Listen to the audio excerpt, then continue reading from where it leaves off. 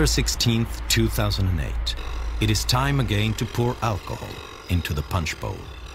The Federal Reserve reduces interest rates to practically zero to restore investor confidence. Other central banks do the same. Hey, have no credit? Don't worry about it. Just sign on a dotted line. The housing bubble that they inflated blew up with all the carnage and all the bankruptcies, and now what is their solution? Well, gee, let's do the same thing we did before. Instead of having interest rates at 1%, let's have them at 0. And let's buy everything we can. Let's print money and buy mortgages. Let's buy credit card debt, student loans. Let's buy bonds, and let's drop money from helicopters to try to get the same risk-taking, excessive gambling on Wall Street. Let's try to convince Americans who are already loaded up on debt to go out and buy more stuff, to go out and go deeper into debt. And if the banks don't want to lend them money, let's make them lend them money. I mean, this is economic, suicide. While the Fed lowers interest rates, President-elect Barack Obama prepares an enormous stimulus package meant to get the U.S. economy going. We are running out of the traditional ammunition that's used in a recession, which is to lower interest rates. They're getting to be about as low as they can go.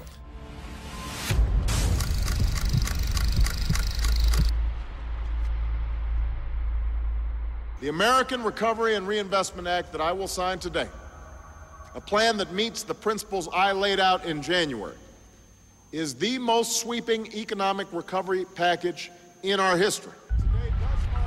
On February 7th, 2009, Obama approves a stimulus package worth $787 billion. With the Bush stimulus package from the year before, U.S. politicians have now spent close to $1 trillion to stimulate the U.S. economy. The money is spent on roads, airports, education, unemployment, and other benefits. There's a bureaucracy in everywhere. And, in Italy, they used to say where I'm from, when you have a jar of honey, you lick your fingers.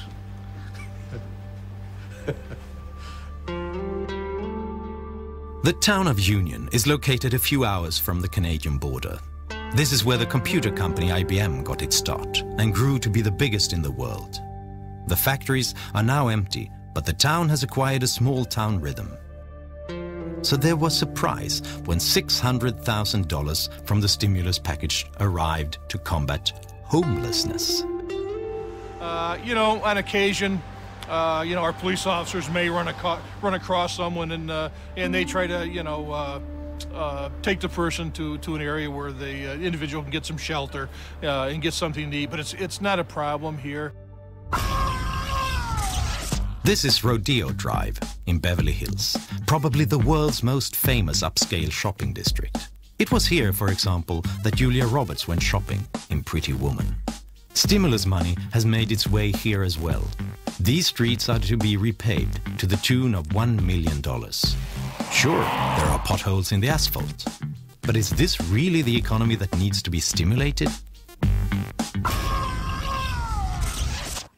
We had a $787 billion stimulus bill, but only about 1/3 of it was truly stimulus. By that I mean timely, targeted, and temporary.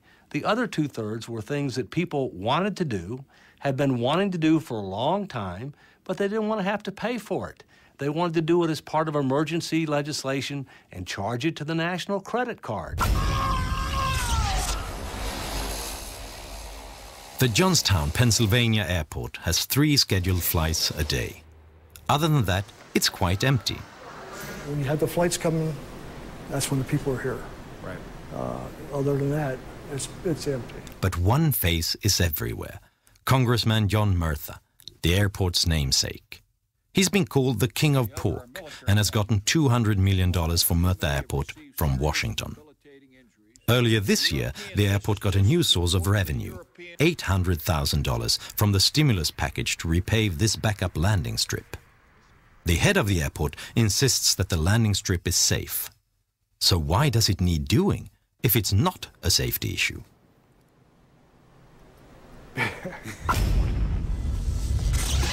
Because of the steps we've taken, this plant is about to shift into high gear. One of the biggest stimulus programs was aimed at the auto industry, cash for clunkers. Turn in your old car and get cash toward a new one from the government. It was so popular that its $1 billion budget ran out in a week, so more money was quickly injected. Many countries offered similar programs. Germany had the biggest one and handed out almost $7 billion to those who scrapped any car more than 9 years old while buying a new one.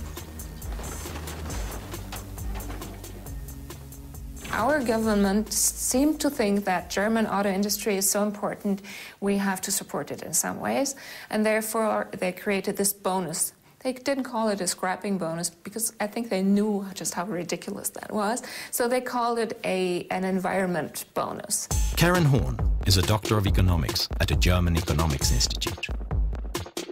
And of course, people took advantage of that.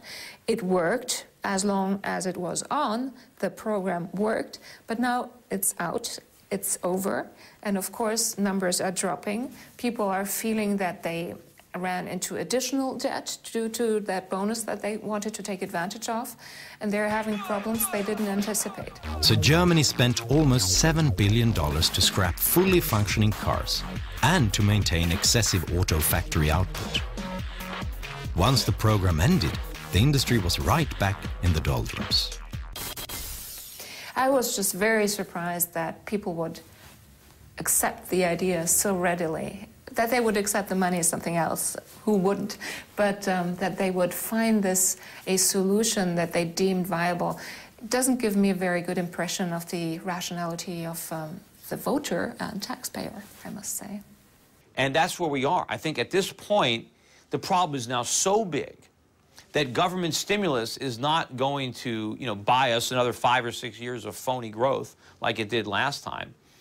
Because we have to accumulate so much more debt now. Because the bigger the problem gets, the more we have to stimulate to get that short-term boost. But now the bigger the bust, because now we have a bigger stimulus, to get out of the economy. About a year after the worst economic crisis in modern history, Lehman Brothers is gone. But apart from that, Wall Street looks much the same. Many banks are reporting record profits. The world's stock markets have skyrocketed. The market is finally breathing a sigh of relief. But isn't it somewhat uncomfortable? Haven't we been here before? All the measures that we have taken to save the economy, the low interest rates, the massive debt, the safety net for the financial industry, these are the very things that led us into a crisis in the first place. We've been saved from the consequences of one burst bubble by inflating 100 new ones all over the world.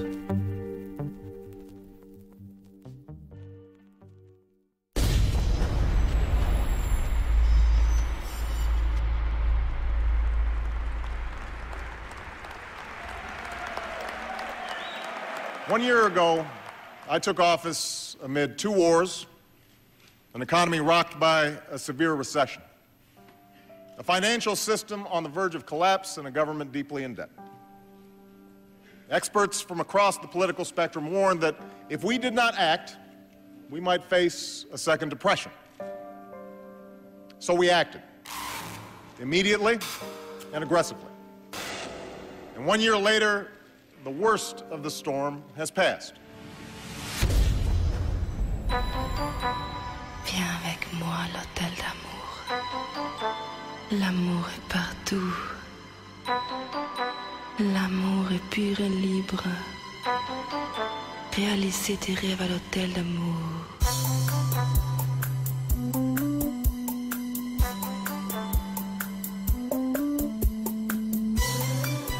There are positive signs.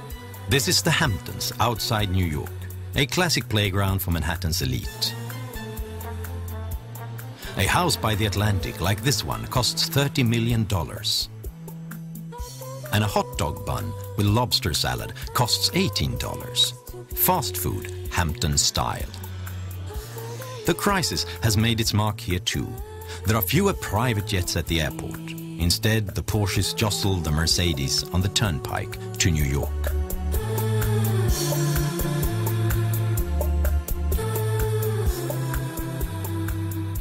New York City, Washington, D.C., and Los Angeles, California don't represent the real world.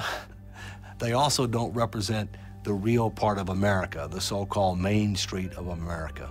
My tax money go to Beverly Hills. Well, there's a lot of money in Beverly Hills. I don't think they needed my money than they. But that's a different world. That's not a reality, you know, than that. If you ever visit Union and need a haircut, you may well end up at Frank Petrilli's barbershop.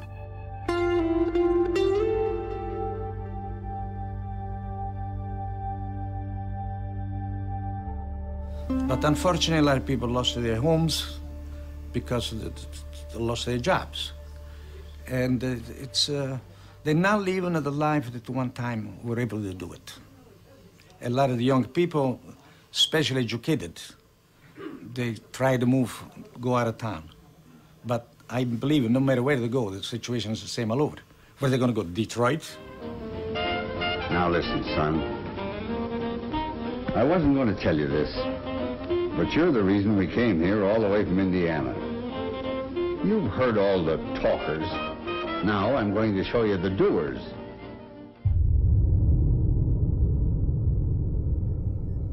The US government has launched bailouts, stimulus packages and guarantees to the tune of $10,000 billion. Caught myself wondering for the 100th time how the hell I got here.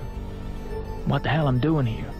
That's more than the total cost to the US government for World War I, World War II, the Korean War, the Vietnam War, the invasion of Iraq, the New Deal, the Marshall Plan, and the moon landing. Bush almost racked up more US debt than all presidents before him combined, from George Washington to Bill Clinton. And Obama is almost creating greater debt than all presidents before him, including George W. Bush. But it's not just the US that's increasingly looking like a house of cards. During the crisis, many governments went deeply into debt. Estimates say that the average debt in the richest nations will exceed 100% by the year 2011. These are loans taken at currently low interest rates. Should the interest rate rise by 1%, the US interest payments will rise by $100 billion per year. That's more than the annual cost for the Vietnam War. Sometimes it's just an engine failure, other times it's